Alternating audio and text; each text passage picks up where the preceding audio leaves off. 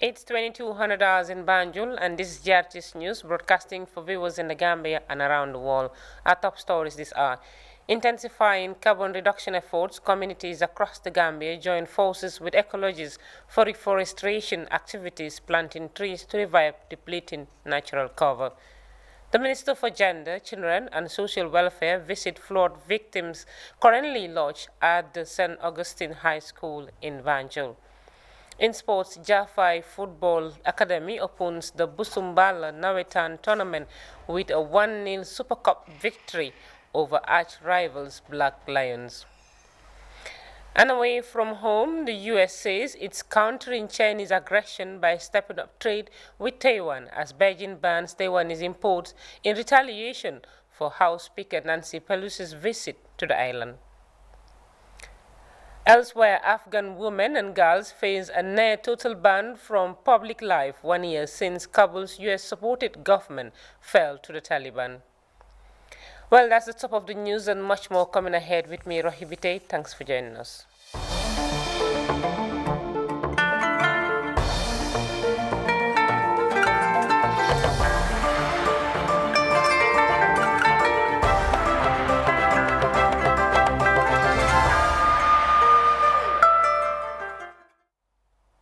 It's great to have you with us. We begin with a major national tree planting campaign to offset carbon emissions and global warming.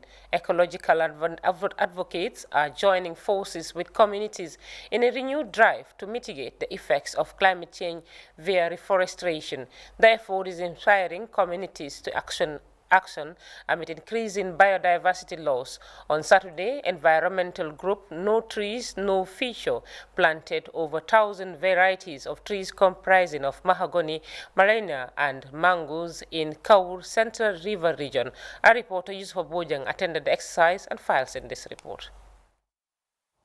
Environmentalists are introducing new models in their efforts to promote reforestation in a renewed national effort to boost natural forest cover and mitigate carbon emission. Experts say tree planting is the fastest and most effective way to cut down carbon dioxide levels, reducing global warming and the devastating impacts of climate change. The new Ecological Crusade project, a more active term anchored on growing trees to combat deforestation instead of the commonly used terminology tree planting. As eco advocate move to combat global warming by replenishing depleting natural environments. Ecological group No Trees, No Future is on a committed quest, engaging communities across the Gambia in focused efforts to revive lost biodiversity. The latest campaign took them to Kawurwaf Town, Janekunda, and Turekunda, respectively, in the Central River Region North,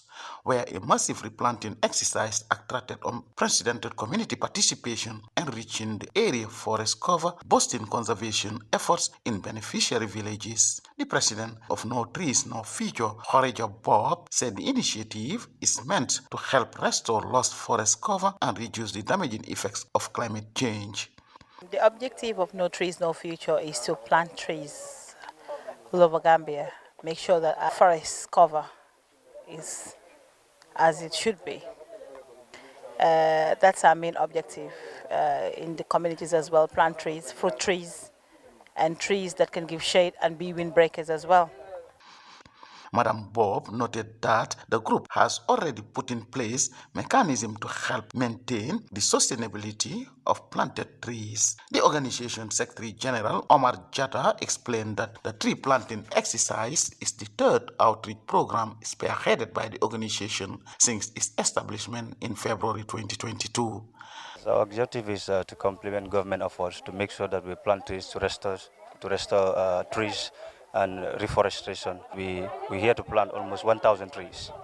The chairperson of Kaur Turekunda Village Development Committee, Baba Jaju C, said the exercise will help to protect their settlement from windstorm and other climate-induced hazards.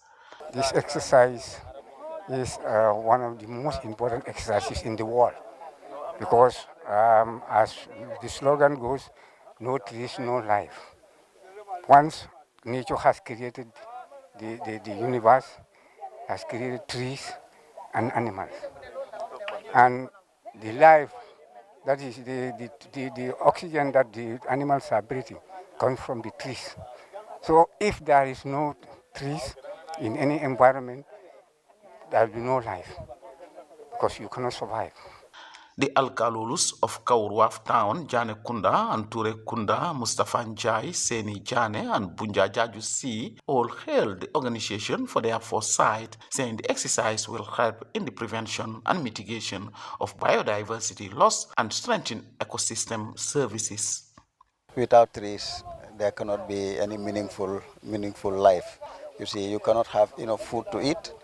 Even, respiration, is a problem because you need air, to breathe.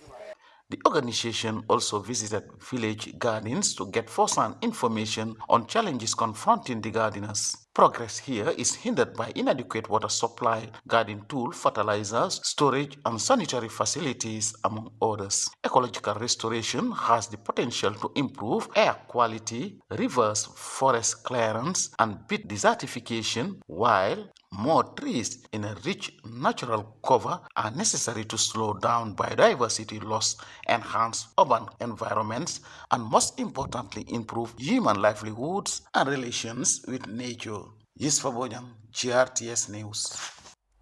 Staying with reforestation efforts, community advocacy group Bloc Kafonga Youth Development Association is making major strides reviving Fonyi's biodiversity and natural cover.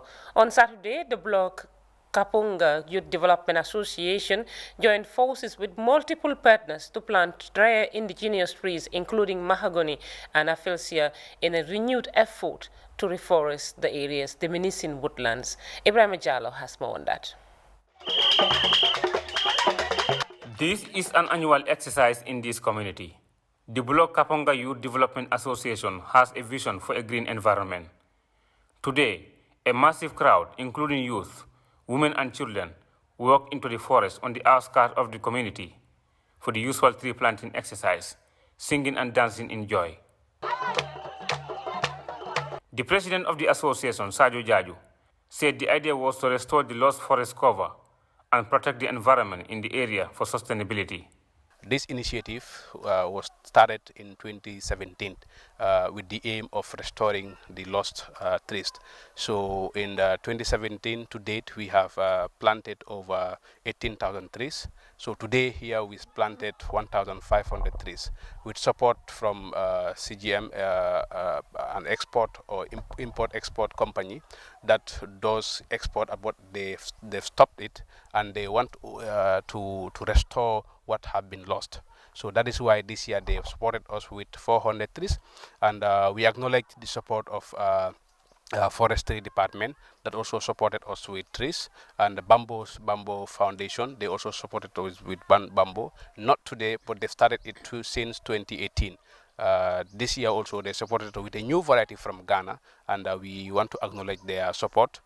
We encourage them to spread this variety to the whole country. So this initiative will continue. We are not stopping. We will not stop until we see to it that this forest is thick. Simon Sajo is the head of the administrative circle of forest lands in the area. He applauds the youth of Bloc for planting trees annually to bring back the lost tree species for the benefit of future generations. It's an event that everybody should participate. Religious-wise, environmental-wise, and even humanly-wise, it's very important for everybody to participate in tree planting. I've seen them plant mahogany, that's Caya senegalensis. I've seen Aphysia africana, that's what we locally call as lenko. I have seen baobab. They are planting. They are planting all the Gambian indigenous trees, and that's very important because we are losing all these indigenous trees. It's very important to replace them back. Yeah. These initiatives enjoy support from partners, including a private shipping company in the Gambia. Its managing director, Gurel Patrick Samate, describes the partnership as part of his company's corporate social responsibilities, to which he said the company is committed to. Every CMA-CGM agency, we have a budget dedicated to CSR. So we have decided today, Saturday 30th of August, to come at Bullock Village to plant some trees. I mean, something about 400 trees from CMA-CGM. With all the villages, we have planted today almost 1,500 trees. For CMACGM, this is the first time we're doing it in the Gambia. So we really hope that next year we'll come back again to do much more. Meanwhile, the tree planting exercise in the forest near the community of Block is said to be showing positive results as the content increases compared to what it used to be 5 years ago.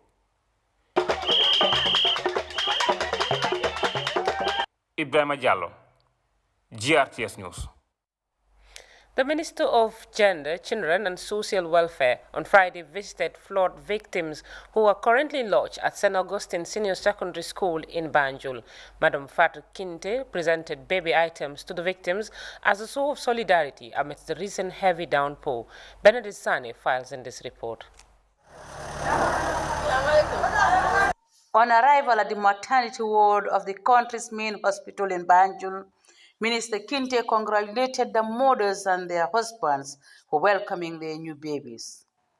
The Gender Minister expressed gratitude to the National Disaster Management Agency and the Gambia Red Cross for swift action in ensuring that the vulnerable women are taken to the hospital on time for safe delivery. In handing over the baby items, Minister Kinte reiterated her office resolve in supporting the babies to stay safe and healthy.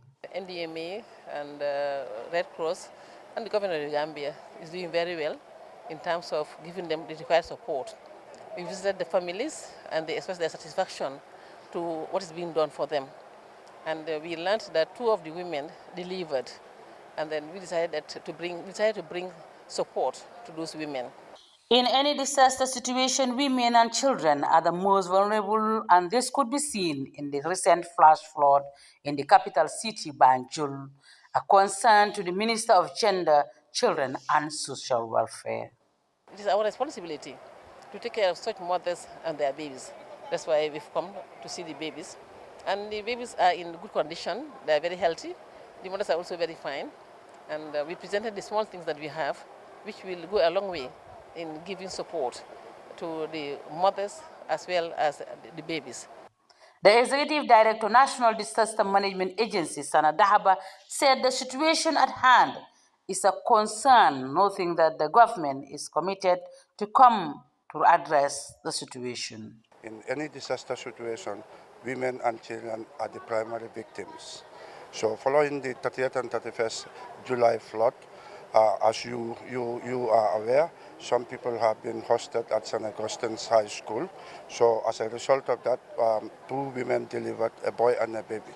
That's why we are here under the leadership of Honorable Minister, come and present a gift to the babies and their mother. They are all in good spirit and in health condition. He stressed the need to come up with measures to mitigate the impact of disaster. What's happening is actually globally. We all know that we are all suffering from the impact of climate change, and no country is spared when it comes to climate change. But as a government, in any disaster situation, government is the primary duty bearer. That's why government is responsible to make sure there are plans in terms of their short-term response, medium-term, and their long-term recovery program. As of now, the government is working towards that. The Gambia Red Cross are always not left behind when it comes to disaster and humanitarian assistance. As the flood victims are sheltered at the St. Augustine Senior Secondary School, they could be seen all around the area serving the people. Ibrahim Asise is a Red Cross staff at the Banjul branch. He explains measures taken to ensure a healthy environment for the victims. We came from the first shelter to St. Augustine's to put them in classrooms and have them in households so we can be able to track any infection or diseases. Equally, we have a mobile clinic at the shelter that is taking care of their health needs. The minister was taken on a conducted tour by the National Disaster Management Agency boss, staffs of the Gambia Red Cross and the Lady Councilor of the area to meet the women and children to get first-hand information on their living conditions. The women expressed delight and satisfaction on the treatment and the service they are receiving since their arrival at the evacuated center, and hope things will be normalized for their safe return to their homes. They use the opportunity to commend all those who have supported them. Disasters are inevitable. However, putting in place mechanisms that will mitigate and avoid a reoccurrence of such situation is of great importance. Management and proper sanitation and hygiene measures is also key to avoid disease outbreak, ensuring a healthy environment and lifestyle. Bernadette Sane for GRTS News. Let's now head to the Central River region and visit a community immensely reaping the benefits of the FAO's food fortification project. In Jau village, residents are now consuming fresh poultry products with a significant improvement of nutrition and health conditions. The village benefited from the European Union-funded food fortification project to start a successful poultry farm. Mamadou S. Jallo went to see how the scheme is boosting farmers' incomes and rural access to nutritious food. In the far-flung settlement of Njau Sikunda in the Central River region, one man is breaking barriers. Meet Bachsamba Ba, who has returned to his native village to set up a poultry farm. With many people moving from the rural areas to settle in urban centers, Samba opted for the reverse by ditching the city for the village. I did my attachment in the Treasury Unit and also in an internal audit department. I did accounting and marketing. Business management, I did it in GTTI and also in Newsrat. Then I started working in the hotel industry for 5 good years as a storekeeper. Then I left, I came back and settled here. I brought my kids and my wife, I built a compound. And he came home with a mission. Then I go in for this thing, production, farming. Because always what I'm advocating, especially the youth, we use farming as a business. After a series of training programs as a farmer field facilitator and a certified seed grower, the former hotelier is now a fully fledged poultry farmer rearing birds. He started this poultry farm with the youths of the village from little resources before a timely intervention arrived from the FAO. We sell seedling, then the seedling we sold, the amount of money we got, then we each and everyone contributed $100. We increased it there. We were able to buy 100 broilers as a starting. Thanks to the donors of EU and also FAO, implemented by FAO. So I came in and mobilized the youths of the village. We came in to do some trial here for our own. The Food Fortification Project is supporting communities in the North and Central River regions by improving nutritional capacity and the health status of women and children by encouraging the cultivation and consumption of biofortified crops. The project is also empowering women with poultry farming and goat fattening, boosting the animal husbandry value chain. So gerto de wadde yalla min jima njering maajo gilwiyama de garma meden de liggoro te meden jiya njering maajo te ande on foko yettere Allah ko alhamdulillah dum tawa te meden jarna samba meden mo. Amid water shortage and electricity challenges, Samba and his team are working hard to look after the birds. On a daily basis, they are able to secure nearly a dozen crates of eggs sold to the community at cheaper rates, whilst other poultry products are sold to private sector buyers. Is benefiting a lot within this locality because people will come all the way from Kaur, Nyanija, Panchang to come and buy eggs here. When they buy, they go and resell it.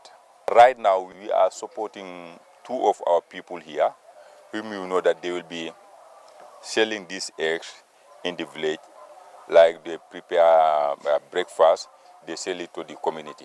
Or if you want prepare your own, you come to the poultry house, you have 2 pieces for $15. He will sell it to you at $15. You go and prepare your own breakfast or whatever you need for your kids or for yourself.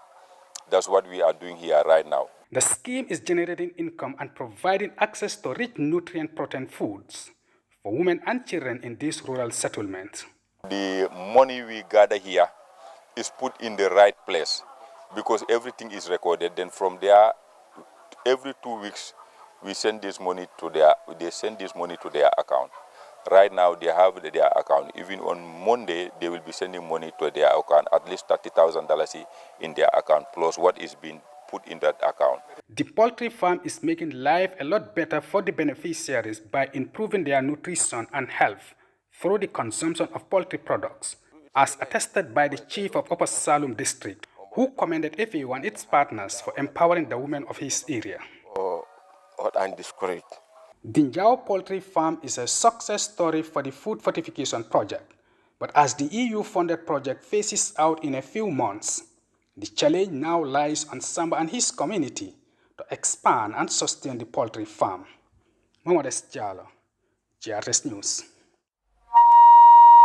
60 youths from Central River, West Coast and Upper River regions have completed a 4-month intensive training on agro-food processing, packaging and labeling for career guidance in entrepreneurship as part of the IMBF Techifi program aimed at creating job opportunity for the youth. Our regional correspondent, Seydou Kamara, has more on that. 60 young people graduate from an agro-food processing program funded by IMVF Techifi project implemented by Tumanda for Development Agency. The intensive 4-month training introduced students to basic career guidance skills, entrepreneurship, migration issues, and concepts alongside opportunity available for youths in the country. According to the Executive Director of Tumanda for Development Agency, Mohamed B. Drame, the graduate cohort is another positive testimony of the agency achievements and commitment to build a center for agropreneurship and excellence in farming. As these young people completed their trainings, the competency acquired will provide them sustainable self-employment, reduce dependency in their families, and address huge harvest loss of agro-products, especially vegetables in their communities. For the award, each student will receive 3 certificates.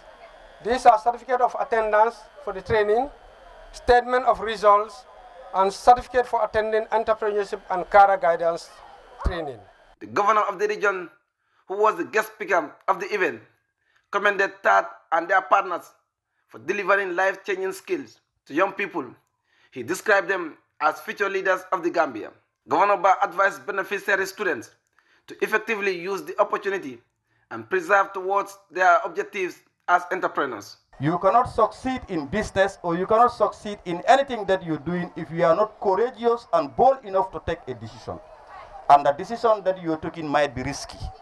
But what is essential in life is life goes with risks. When you are doing things, know that yes, I am going into this, and be courageous and bold enough to understand that I am going to succeed. Wallahi al-azim, if you have it, God will be on your side. But the moment you are into business, you want to get into anything in this world, you start to be what we call have another mind or pessimistic about it. What is going to happen is you may end up failing. And sometimes as young people of this country, we hate failure. But sometimes as the most successful businessmen in this country, how many times have they failed before they are today big men and women in this country? So don't be afraid of failure in the world. It is part of the challenge, and that will help you to boost up to achieve your objective and goal tomorrow. IMVF project coordinator Joanna Martins said the training benefits not only students, but families across the region as a whole, with its impact projected to improve livelihoods in respective communities. I would like to urge you to think that sometimes the opportunity is not so much about, the opportunity is not when we see that we are conceded a grant or something, but opportunity comes on these small minutes that we invest to apply for something, because the graduation day, of course, is a celebration of the months that we have taken to arrive here, and it's a celebration of the learning journey, but it's also the celebration of the way that is now starting. After the acquisition of knowledge, we have now the starting of a journey where all these graduates will start their own lives as employees or as employers or as self-employed. So now is the start of the journey, and now it's all in your hands. The chairman of Basse Area Council for the Danjom, and the representative of the Chief Modo Suso respectively urged graduating students to utilize the knowledge as it will make them self-reliant and create jobs for others. Regional Youth Chairman Boubacar Sidibe challenged the graduates to take advantage of the opportunity and use it judiciously to change their lives and others. Like the benefits that they will be giving the materials today, it doesn't mean that you have to take these materials and pack them in your house. When I get to the bagage in the yen park and the kasuduma, mareng okabe frigiding ateng hard time suma ari in neko what in glass. No, we have to use it all the time. For being beneficiary of this project, Tumana Agency for Development, that you have contributed to the creation to 1,000 of jobs to young people, which has helped improving the economic of the country. 15 students out of the 60 graduates will receive a startup support fund of $50,000 each, covering a total of $750,000 from funding agency Seru Camara, reporting for JTS News from Basse Upper River Region.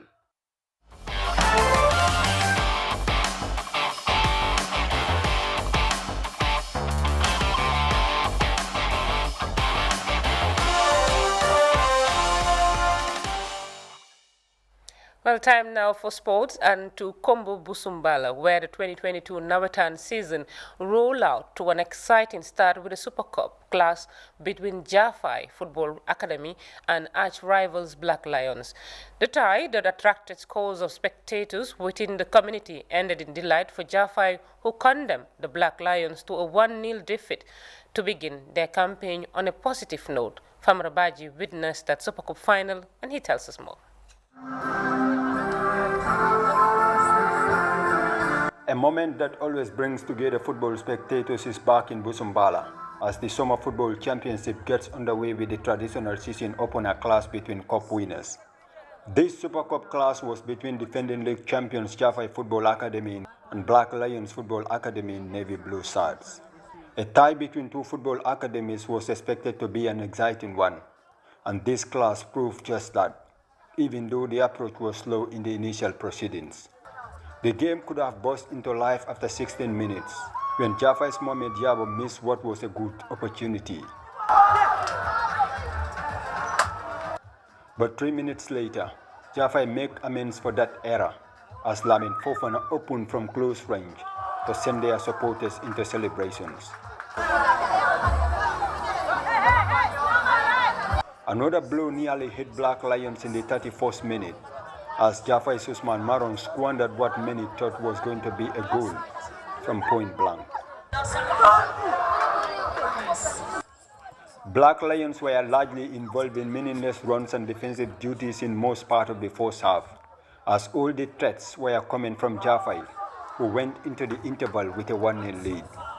The halftime team talks could not make any meaningful changes to the second half, even though Black Lions kept fighting for a leveler. But Jafai, with their composure and cohesiveness, stayed resolute to claim the Super Cup title with an emphatic 1-0 win. Though people might expect we played very well, but those who know this team knows that today we didn't perform.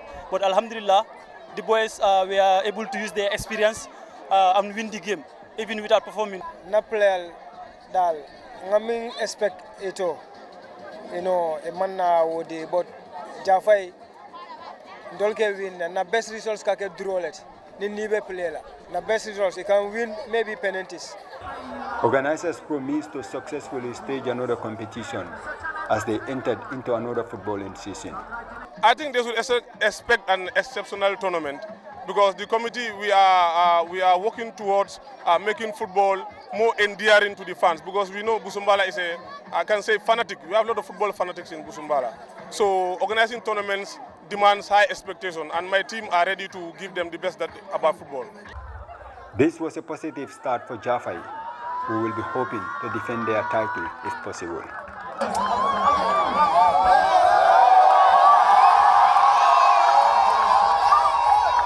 Famara Baji, JTS News. And the Confederation of African Football has announced the creation of the African Super League, which will feature 24 teams divided into 3 groups of 8. The tournament will be launched next year, and winners will walk away with millions of dollars. Good morning, everyone. Let's give them some. Tanzania's Arusha region hosted the CAF General Assembly, a meeting of African football's top leaders to discuss the state of the game on the continent.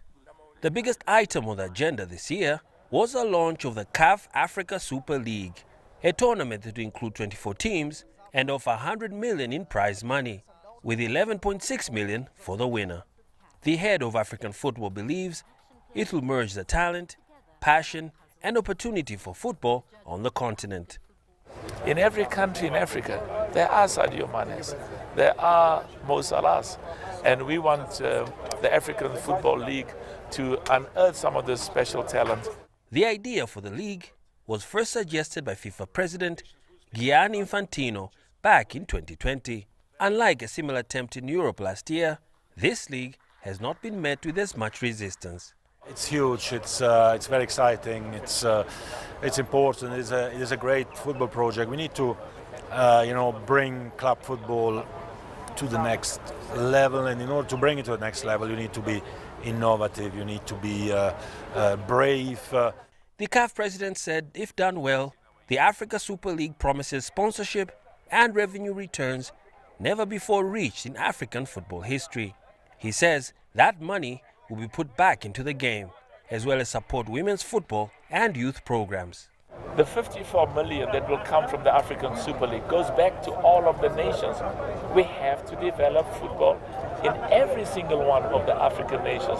The success of football on the continent depends on the success and growth of football in every one of our 54 nations. A list of clubs has yet to be announced, and the funding remains clear. CAF has been facing financial difficulty in recent years. More details have been promised in the months to come. But after serious matters in the morning, the day ends with the one thing that unites everyone here: a friendly game of football between teams that comprise of African football legends and CAF officials. Daniel Kijo, CGTN, Arusha, Tanzania. And to more international news, the U.S. says it's countering Chinese aggression by stepping up trade with Taiwan. Beijing banned some Taiwanese imports and exports and has been carrying out military drills in the seas surrounding the island. Since U.S. House Speaker Nancy Pelosi's visit earlier this month, the White House now says a new trading plan with Taiwan will be drawn up in the coming days. It also says the U.S. plans to reassert its right to use airspace and sea lanes between Taiwan and China, where Beijing has stationed its military in recent weeks. And it's been 1 year since Afghanistan U.S.-supported government fell to the Taliban despite initial promises of reform. Women and girls have been largely banned from public life. On Saturday, the militants broke up a rare women's rally in the capital, Kabul. The Taliban fired warning shots and physically assaulted the women marching past the Education Ministry. The protesters were demanding food, freedom, and permission to work before the Taliban regained power. Afghanistan had seen democratic reforms and improvements to living standards. But as our next report shows, the gains made over 20 years were lost almost overnight. In 2001, after the September 11th terror attacks in New York and Washington, a U.S.-led military coalition invaded and toppled the Taliban in a matter of weeks. The group fled to neighboring Pakistan. The U.S. and its allies introduced democratic reforms, helped set up elections. They kept tens of thousands of troops in the country to provide security, and spent billions to build up infrastructure and education. But much of the money did not go where it was supposed to. Corruption was widespread, and Western contractors also pocketed fat profits. Meanwhile, the Taliban regrouped and struck back. It waged a campaign of terror attacks, including truck bombs and suicide bombers that killed thousands over the years. Elections in 2014 turned into a stalemate. The U.S. had to negotiate a settlement after the competing parties refused to agree. In the end, Ashraf Ghani, seen here on the left, was declared president. But the Taliban's attacks continued to destabilize the government, and the group started taking territory. By the end of the decade, it controlled much of the country. In 2020, U.S. President Donald Trump fulfilled a campaign promise to pull U.S. troops out of Afghanistan. A deal was made, but Trump's advisors convinced him to keep a small force in place. When Joe Biden took office in 2021, he finished what Trump started, announcing a complete withdrawal. Afghan security forces collapsed as the Taliban stepped up its attacks and rapidly took more territory. On August 15th, the group finalized its takeover by capturing the capital, Kabul. Scenes of panic and chaos played out as people massed at the airport, desperate to flee. Some made it out, many did not. The US-led occupation and the experiment in democracy was over, and the Taliban, after 20 years, was back in control. This was Afghanistan. Well, environmental groups in Germany are calling it an ecological disaster as thousands of fish have been washed up dead along the Oder River, which runs along Germany's eastern border and then flows into Poland. Life lessons sick fish have been present in the Oder since the end of July. Over a distance of several hundred kilometers, officials think it's likely they have been poisoned. DW has more on that. Dead fish are filling the shores of the Oder. Tons are washing up in the river, which helps form Germany's border with Poland. Authorities suspect that they were killed by chemical pollution. Johannes Giebermann is an environmentalist who lives in this area. He's been documenting the crisis from its beginning. I've never seen so many dead fish in my life. He says the whole ecosystem of the Oder has been affected. Here a shellfish has been separated from its shell, but both are still lying here. And it smells very strongly of rotting fish. The Oder starts in Czech Republic and runs more than 800 kilometers to the Baltic Sea. An industrial accident in southern Poland is the suspected source of the pollution. People are being warned not to make contact with the water. Those living in this area are angry and afraid. We have a water utility down there. No one knows what the drinking water is like now. It's a complete disaster. I'm thinking of my grandchildren, of ourselves. We won't be able to fish here anymore. I'm angry, I'm shocked.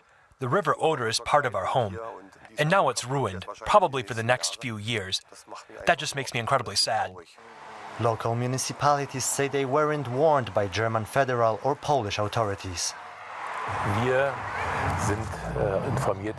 We've been informed by anglers and boaters that dead fish are floating on the Oder. From the official side, that we haven't received any information beforehand. It's, to put it mildly, depressing or even incomprehensible. Authorities have started to remove the dead fish to prevent other animals from eating them. The worry in the region is that recovery of the river could take years. Well, live from Banjul, this is JRTS News with me, Rohibite. A quick look at our top stories once again. Intensifying carbon reduction efforts, communities across the Gambia are joining forces with ecologists for reforestation activities, planting trees to boost depleting natural cover. The Minister for Gender, Children and Social Welfare visited flood victims currently lodged at the St. Augustine High School in Banjul. In sports, Jaffa Football Academy opened Busumbala's Nawetan tournament with a 1-0 Super Cup victory over arch-rivals Black Lions. And away from home, the US says it's countering Chinese aggression by stepping up trade with Taiwan as Beijing banned Taiwanese imports in retaliation for House Speaker Nancy Pelosi's visit to the island. Elsewhere, Afghan women and girls are facing a near total ban from public life 1 year since Kabul's US-supported government fell to the Taliban. Well, that's it for this hour. Thanks for the pleasure of your company. Do stay tuned and enjoy the rest of GRTS's programs. Bye for now.